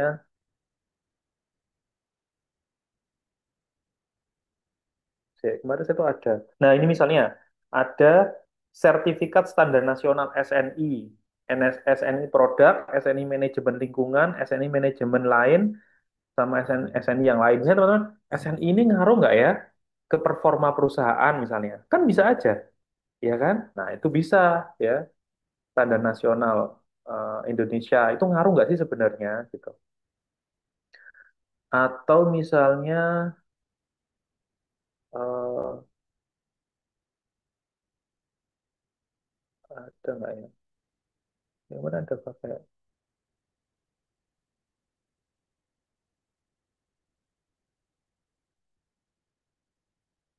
Oh nggak ada ya, bentar ya. Nah ini misalnya ya, apakah perusahaan menggunakan bahan baku ramah lingkungan? Loh, kan ini bisa, oh ada data tentang ini, penggunaan bahan baku ramah lingkungan gitu. Ya, ini bisa jadi inspirasi gitu. Misalnya, apakah kalau perusahaan itu pakai bahan lingkungan, emisi karbon perusahaan itu jadi lebih rendah, misalnya. Ya, itu kan bisa. Ya, ini ada variabel-variabel green. Ya, apakah perusahaan menggunakan bahan baku ramah lingkungan? Ya, berapa persen? Apakah perusahaan produksi barang jasa ramah lingkungan? Nah, ini kan isu-isu lingkungan gitu ya, dengan perusahaan data mikro kan bagus. Ya, nah ini bagus. Apakah perusahaan telah mencantumkan eco label? Jadi apa kalau perusahaan sudah pakai eco label, apakah penjualannya jadi naik? Nah, itu kan bisa jadi sebuah pertanyaan ya. Ya, kemudian ada lagi nggak kira-kira? Nah, apakah perusahaan menggunakan teknologi robot, AI, otomatisasi dalam proses produksi? Nah, ini juga bisa. Apakah kalau perusahaan pakai AI, dia jadi lebih efisien produksinya? Kan? Ada pertanyaan menarik gitu ya, kalau kita lihat dari data-data gitu. Ya. Nah, dan sebagainya, dan sebagainya. Nanti teman-teman bisa explore, ya, bisa explore kira-kira dari data-data tadi itu ada nggak ya sebuah pertanyaan yang bisa ditanyakan gitu ya. Saya sering kayak gitu kalau saya ini ya, kalau saya bingung gitu ya, ketika saya akan melakukan penelitian berarti saya kurang baca, that's all gitu ya. Itu sudah jadi kayak clue gitu ya. Kalau saya kebingungan berarti saya kurang baca, itu aja sudah ya. Kemudian itu lewat data ya. Jadi mencari ide penelitian bisa lewat baca-baca artikel yang banyak tadi, atau yang kedua bisa berangkat dari data-data gitu ya, cek data-data. Kalau anak-anak akuntansi biasanya data-data ESG itu loh Mas. Saya kira ada yang akuntansi ya, data-data ESG yang dipublish di apa namanya, report, financial report mereka. Ada nggak kira-kira yang bisa dieksplor ya? Nah itu ya, jadi ini kayak semacam prosesnya ya. Ketika kita sudah mengidentifikasi kita ingin meneliti tentang apa gitu ya, kita harus lakukan pengecekan relevansinya, kebaruannya, dan visibility dari eksekusi penelitian itu sendiri. Ya, nah itu. Eh, nah ini sih tadi ya saya rangkum aja step-stepnya. Pertama adalah teman-teman harus menentukan topik atau bahasan yang disukai. Ya, sebenarnya teman-teman suka apa? Kedua, teman-teman harus memilih metode pencarian topik yang spesifik. Bisa menggunakan jurnal, cari di jurnalnya, ya, di website jurnalnya langsung, atau pakai data-data tadi, ngecekin data-data gitu ya. Atau pakai database besar seperti Google Scholar, Scopus, itu juga bisa. Ya. Nah, setelah ide itu ditentukan dalam bentuk pertanyaan penelitian, cek lagi di literatur. Ada nggak yang sudah tanya ini? Misalnya tadi pakai AI. Apakah kalau perusahaan pakai AI itu dia jadi bisa efisien produksinya? Coba search di Google Scholar, search di jurnal, AI dan efisiensi produksi misalnya. Wah, belum ada, Pak. Eh, Bisa, berarti kan gitu. Ya, itu caranya ya. Ini pitching sih, ini salah satu formatting aja ya. Jadi, eh, kayak semacam membuat cara kerja penemuan ide penelitian itu menjadi lebih sistematis gitu ya. Jadi misalnya ini judulnya tentang apa, pertanyaan penelitiannya tentang apa, yang poin working title-nya ya. Ini ya, working title-nya. Ini kayak semacam template untuk memudahkan teman-teman mengidentifikasi ide penelitiannya ya. Yang pertama adalah working title-nya. Jadi mau neliti tentang apa, topiknya tentang apa. Ya, misalnya infrastruktur, misalnya tentang AI gitu ya. Kemudian yang B, basic research question-nya. Sebenarnya teman-teman mau mempertanyakan apa? Apakah misalnya AI berpengaruh terhadap efisiensi produksi misalnya? Kemudian key papers-nya, paper rujukan utama yang membahas masalah AI dan efisiensi produksi sudah ada apa enggak? Kalau ada, sebutin di sini. Kemudian poin D adalah motivation atau puzzle-nya. Kenapa ini menjadi penting dilakukan? Apa relevansinya? Puzzle-nya ada di mana yang belum terjawab sehingga teman-teman harus melakukan penelitian ini. Ya. Kemudian ini komponen berikutnya, idenya. Idenya tentang apa AI dan efisiensi produksi gitu ya. Datanya ada nggak tentang ini? Oh ada, tadi pakai data mikro BPS gitu ya. Toolsnya pakai apa nih metodenya gitu ya. Nah terus berikutnya, what's new? Kira-kira yang baru dari aspek mana? Ya gitu. Terus kontribusinya nanti apa? Ya dan seterusnya. Ini semacam kayak template yang bisa membantu teman-teman mengidentifikasi apakah papernya doable, risetnya doable atau tidak. Ya. Terus ya, ya perjalanan dari penelitian academic writing itu dimulai dari satu kata pertama ya. Jadi harus mulai dulu nih gitu ya. Harus mulai aja dulu gitu ya. Kira-kira saya tentang apa ya topik yang saya sukai gitu ya. Dan teman-teman harus menikmati setiap proses ya, tahap demi tahap ya. Dan kebanyakan pekerjaan penelitian itu adalah sepi dari sorotan. Ya, kalau teman-teman suka, anak-anak muda itu kan suka sorotan ya, jadi spotlight gitu ya, menjadi pusat perhatian gitu. Nah, kebanyakan proses penelitian itu tidak seperti itu gitu ya. Proses penelitian itu kebanyakan kalian harus ada di depan laptop, spend hours gitu ya, menghabiskan berjam-jam gitu ya, untuk membaca, untuk ngecek data gitu ya. Dan itu dilakukan dalam kondisi sepi, nggak ada yang tahu gitu ya. Yang tahu ya diri kita sendiri. Pulang-pulang itu udah capek ya, apa tangan capek, ini capek gitu ya, apa ada back pain gitu ya. Itu jarang sekali ada sorotan kecuali kalau sudah publish gitu ya. Kalau sudah publish baru sorotannya ke kita. Oh dia terbit di jurnal yang bagus. Tapi selama proses itu kita jarang dapat spotlight, nggak ada orang yang tepuk tangan, nggak ada. Gitu ya. Kita harus bekerja dalam sunyi, ya memastikan pertanyaan penelitian yang relevan, ada gap-nya, bisa dilakukan, gitu kan. Itu semuanya dilakukan dalam sunyi, nggak ada orang yang tahu, gitu ya. Bisa diketahui kalau sudah publish, gitu ya. Dan hasilnya bagus, gitu ya. Kalau enggak, ya apalagi kita harus cari ide yang lain, gitu. Ya, jadi saran saya mulai saja, gitu ya, dengan kata pertama ya, typing kata kunci topik yang teman-teman sukai. Ya, dari situ akan nanti berproses ke tahap-tahap berikutnya. Gitu ya. Dan biasanya proses ini itu proses yang paling lama, teman-teman. Memastikan bahwa teman-teman punya pertanyaan penelitian yang relevan, yang bagus, ada aspek kebaruannya. Itu butuh waktu yang lama. Ya, sebulan itu bisa hanya untuk memastikan pertanyaan kita relevan, gitu ya. Dibandingkan dengan kegiatan-kegiatan yang lain. Ya, mungkin kalau pakai data makro, data BPS makro, dianalisis dengan regresi data panel itu cepat ya, kurang dari seminggu bisa ya kalau terbiasa dengan stata.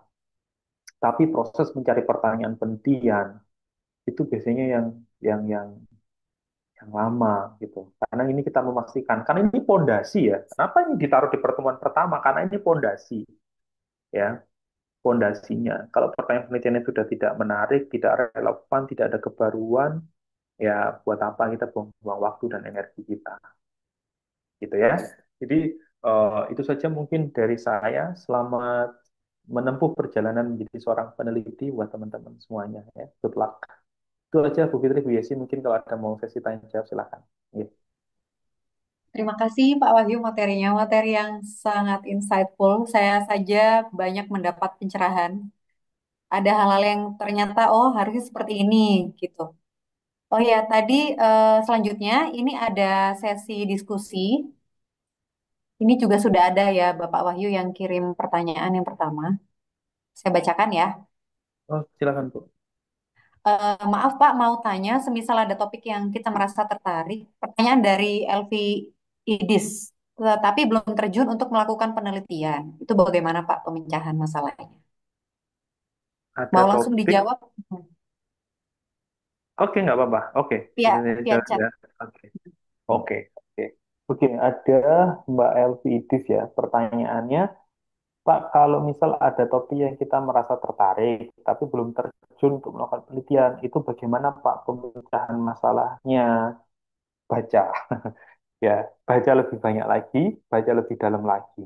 Ya, kalau kita udah nemu topik yang tertarik nih tentang, oke, misalnya Mbak Elvi, ada nggak di sini Mbak Elvi? Ada, Pak. Mbak Elvi suka topik tentang apa misalnya?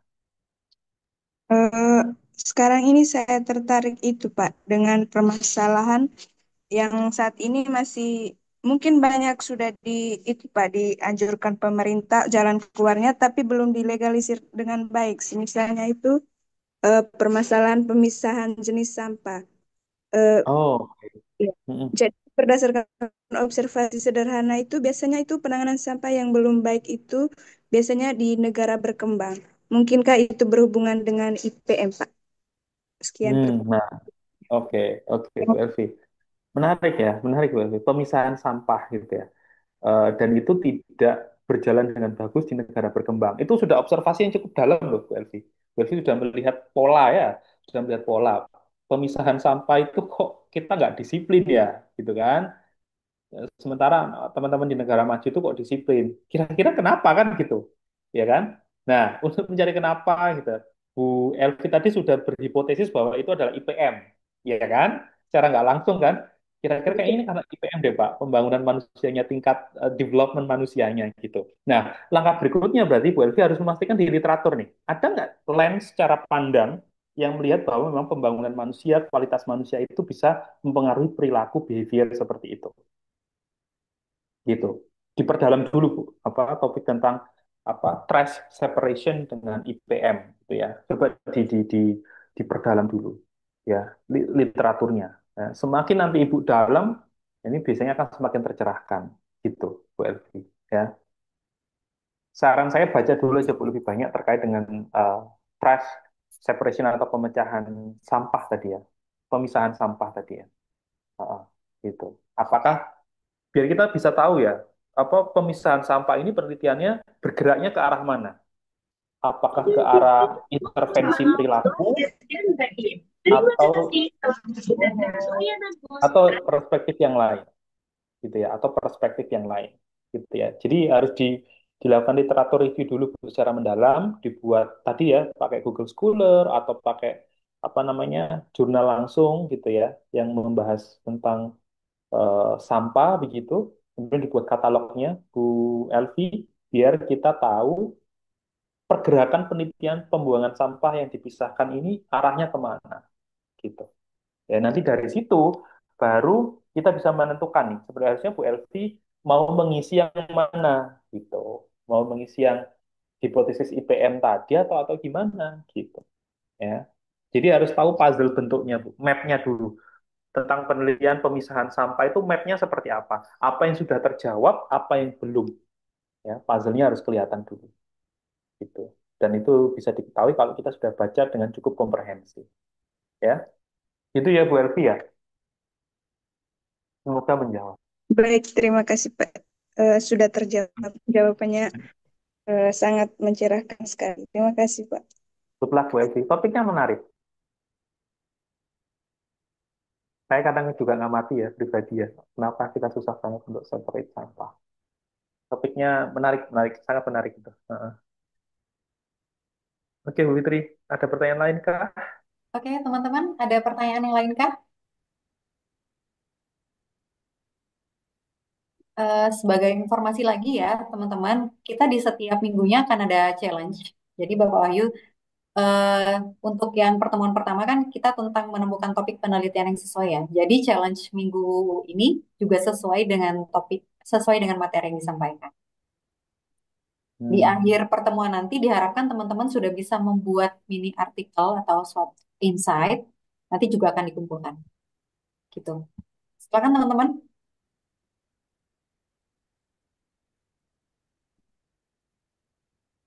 Wah, ini kayaknya sudah mulai siap Bu Fitri ya. Nanya, teman-teman sudah ready, start gitu ya, memulai penelitiannya gitu ya. Tadi ini alhamdulillah sudah jelas nih ya, udah ini gitu ya. Teman-teman sudah dapat inilah minimal, oh gini cara cara kerjanya gitu ya. Iya, nanti eh, eh, izin ya nanti Bu Fitri PPT-nya mungkin bisa di-share ke teman-teman peserta ya. Ya, nanti materi akan kita share. Hmm. Pokoknya itu ya teman-teman pastikan bahwa teman-teman nanti menanyakan penelitian itu yang worth it gitu ya. Artinya kita kan akan menghabiskan waktu, ya kan? Bisa skripsi itu bisa 6 bulan, bisa 1 tahun gitu kan. Nah, kalau pertanyaan penelitiannya nggak worth it dilakukan, dalam artian sudah terjawab, kan eman waktu sama energinya.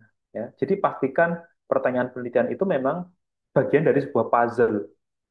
Ya, kalau di-mapkan literatur review itu memang jadi sebuah sesuatu yang bolong gitu ya, sesuatu yang puzzle. Ini harus dilengkapi nih gitu kan. Gitu. Ya, biar kontribusinya jelas ya. Kalau orang ekonomi kan kita punya constraint waktu ya, setiap orang punya constraint waktu ya kan, jadi harus dimanfaatkan dengan sangat optimal. Jangan sampai melakukan penelitian yang sudah terjawab jadi wasting time ya.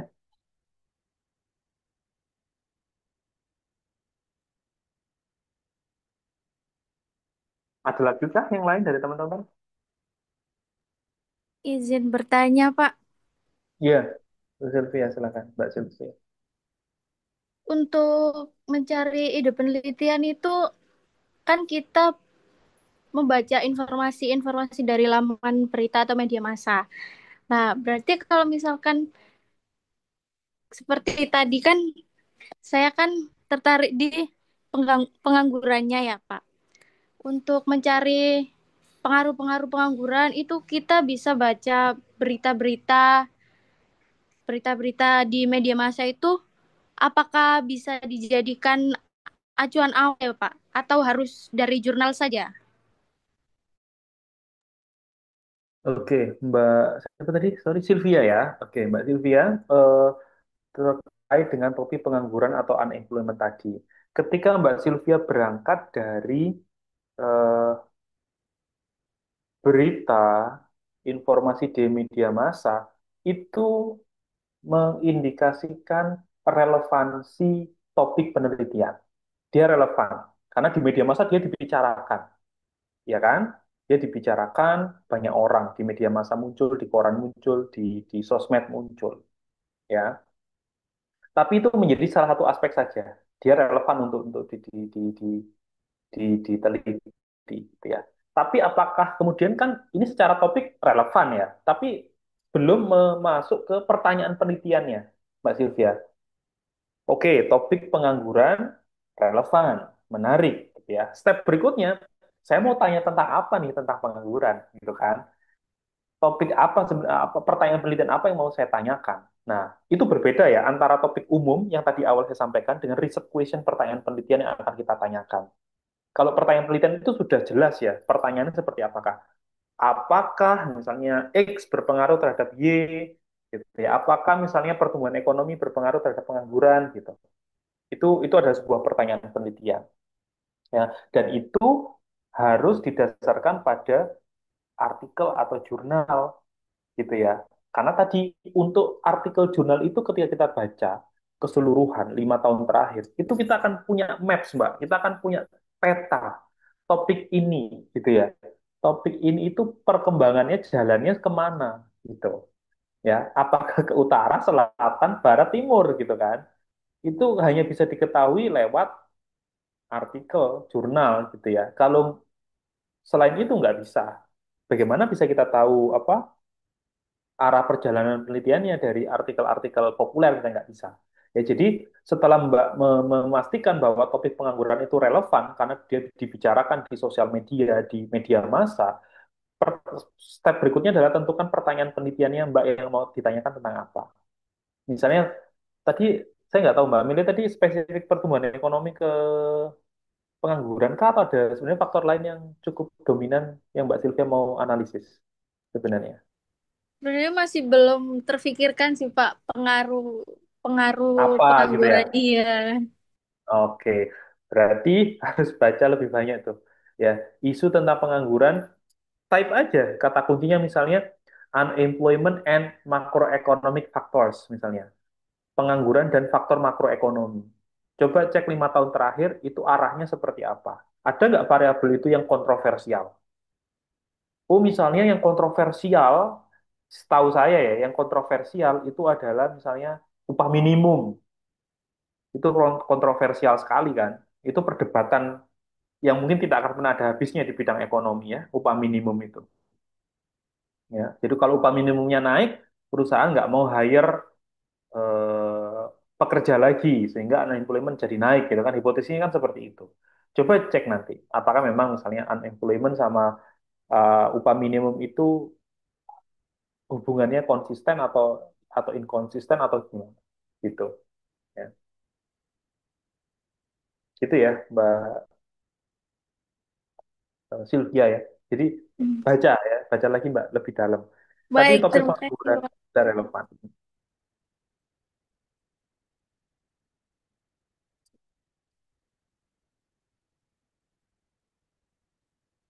Ada lagi kah dari teman-teman yang mau konsul? Permisi, Pak. Iya.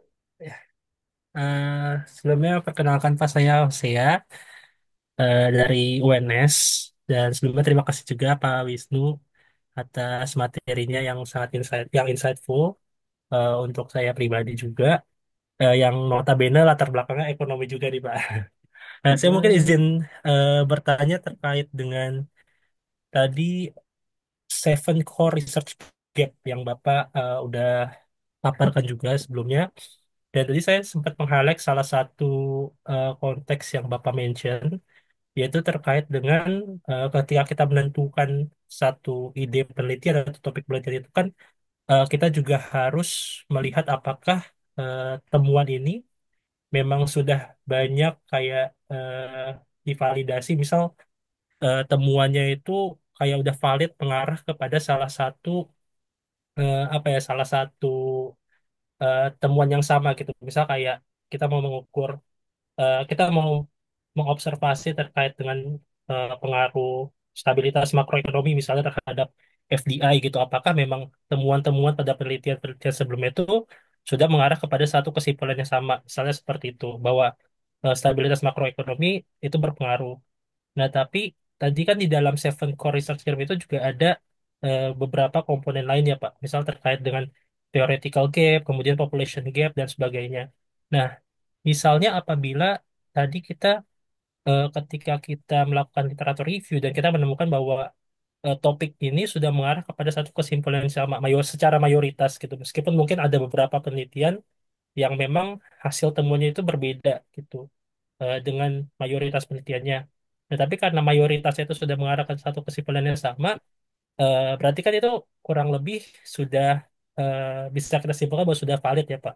Tapi ketika misalnya kita coba untuk mengobservasi lebih dalam, ternyata misalnya dalam eh, konteks tadi kayak population gap-nya, terus misal kayak population gap, maksudnya population untuk research-nya, kemudian juga misal untuk cakupan wilayah research-nya itu berbeda gitu. Misalnya kayak emang kesimpulannya sama, tapi negaranya bisa berbeda seperti itu, atau variabelnya berbeda dan sebagainya. Itu apakah tetap kita bisa justifikasi gitu Pak untuk kita melakukan penelitian tersebut dengan misal tadi kayak populasi yang berbeda atau cakupan wilayah berbeda, variabel yang mungkin berbeda juga, itu apakah bisa kita justifikasi Pak meskipun sebenarnya secara kesimpulan hampir semuanya itu sudah mengarah Hmm. kepada satu kesimpulan yang sama gitu.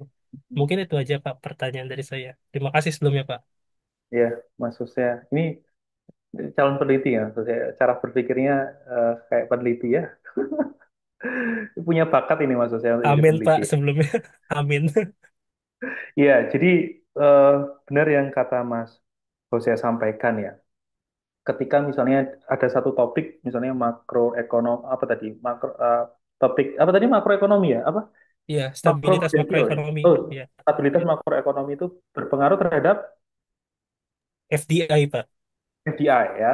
Stabilitas makroekonomi itu berpengaruh terhadap FDI dan empirical evidence-nya itu mengarah pada satu kesimpulan yang sama bahwa memang iya ya makroekonomi itu ngaruh ke FDI.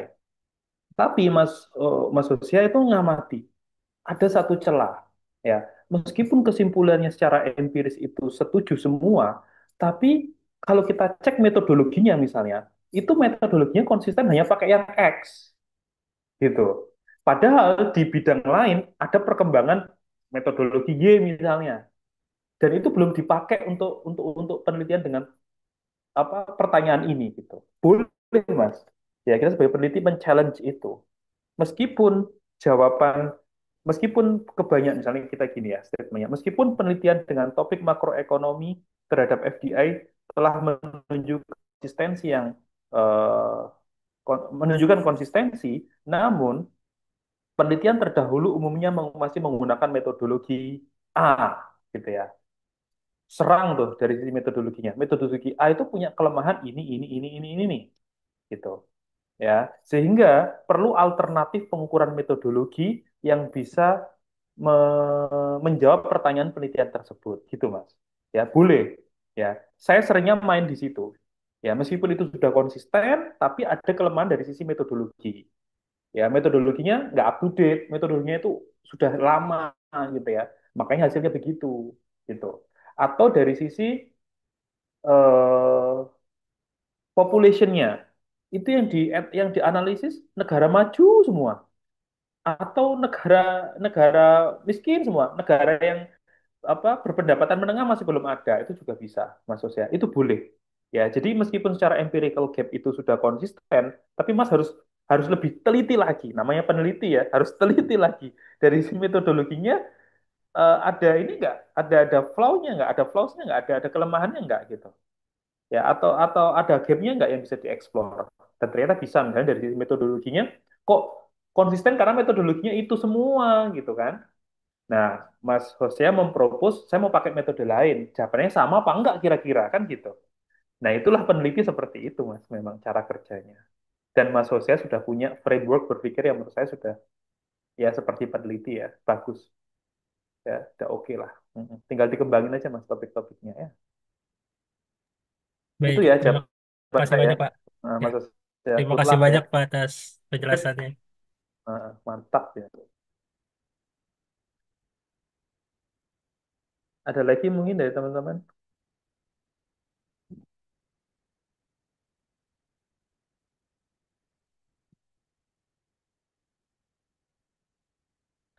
Ada Pak Rohman juga ini.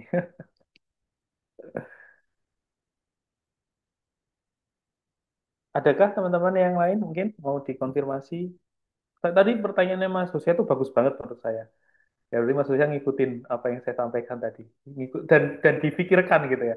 Kalau begini, begitu, begini, begitu. Itu bagus banget menurut saya.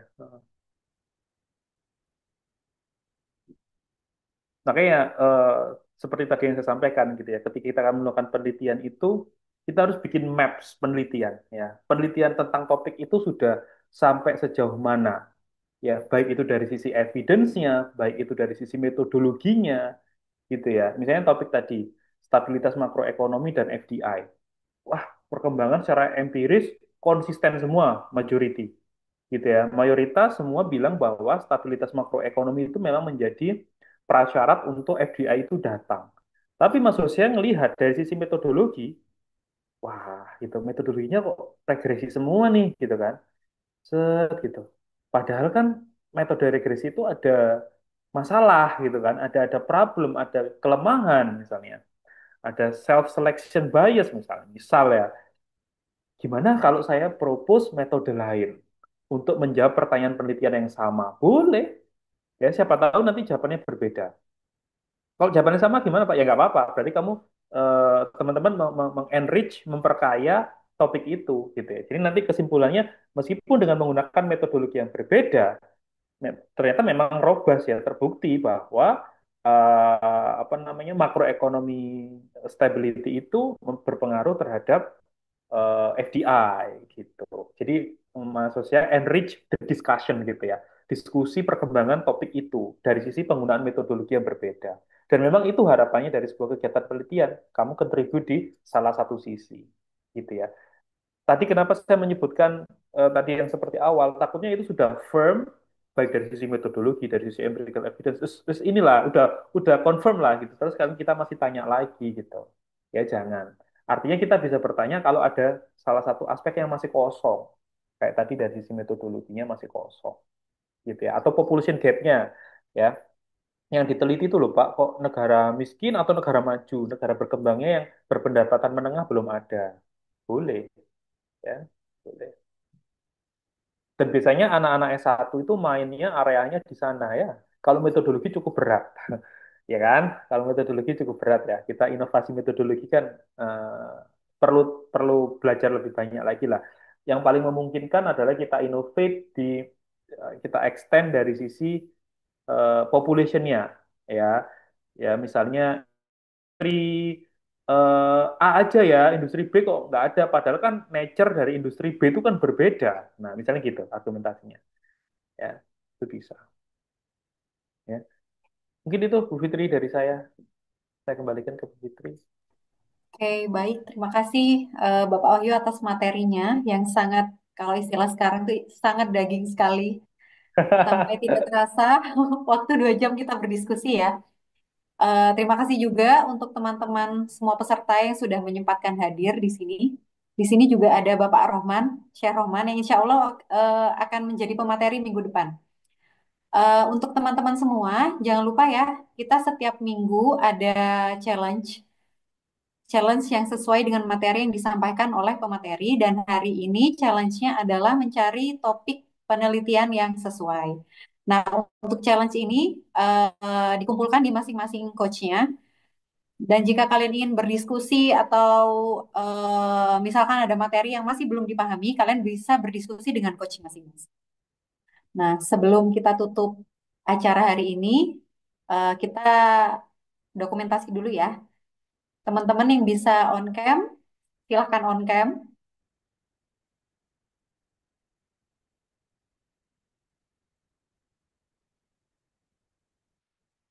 Oke, teman-teman. Yang lain yang belum belum on cam mungkin bisa dinyalakan kameranya.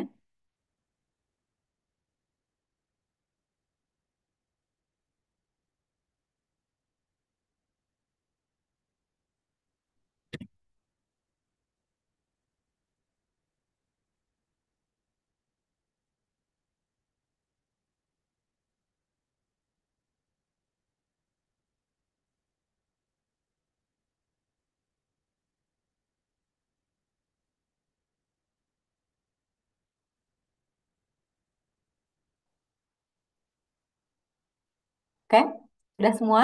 Sepertinya ada yang belum.